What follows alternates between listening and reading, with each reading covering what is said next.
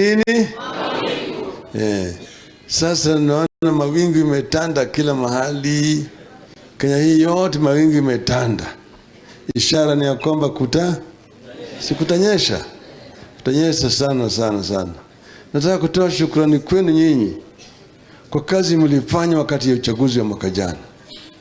Mlifanya kazi ngumu sana lakini muhimu. Mkatupata sisi wajumbe na ma MCAs. Lakini sasa tunaelekea na ishara tunaona pale dalili, mnaona pale. Tunaona dalili. Waliiba. Lakini imekoma kwa koo.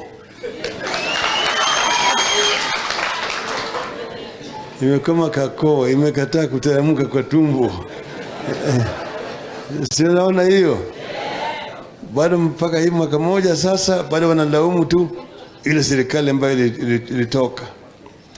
Sisi tulipata nyungu ambayo ilikuwa iko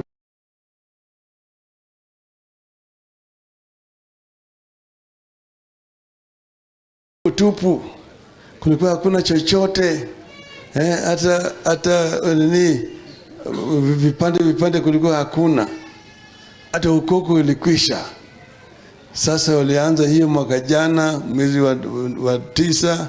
Sisi tuko mwaka hii mwezi wa 11, bado wanalaumu Uhuru. Si wameshindwa? Nataka kupatia nyinyi mfano. Tulipoingia kwa serikali mwaka wa 2003, baada ya Nyayo miaka hizo zote, tulipata uchumi ambayo ilikuwa imeathirika kabisa. Ile unasema mapato growth ilikuwa iko negative. Kulikuwa hakuna chochote. Serikali ya Nyayo ilikuwa inarogota ushuru kila mwaka shilingi bilioni 200. Bilioni 200 ndio walikuwa wanapata kwa upande wa ushuru.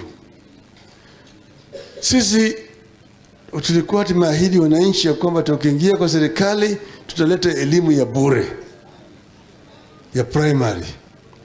Wao walisema hao jamaa wanaota tu, haiwezekani. Tulipoingia kwa serikali, Kibaki akasema tuliahidi wananchi elimu ya bure. Hata kama uchumi iko mbaya tutaanza. Uchaguzi ulifanywa mwezi wa Disemba, Januari tukaanza free primary education. Alafu tukaangalia hii uchumi shida iko wapi. Tukajua pale shida iko. Pale shida iko nilikuwa wizi. Kwa upande wa ushuru. Watu walikuwa wanatoa ushuru lakini ushuru unaenda kwa mfuko ya watu binafsi. Sasa tukaenda kuziba mianya. Tutakwenda kule kwa upande ya forodha, customs, kwa upande ya income tax, kwa upande ya VAT. Tukaangalia wale maofisa walikuwa maajiriwa pale. Hao ndio kaona hao maofisa ndio matajiri. Walikuwa kama kupe.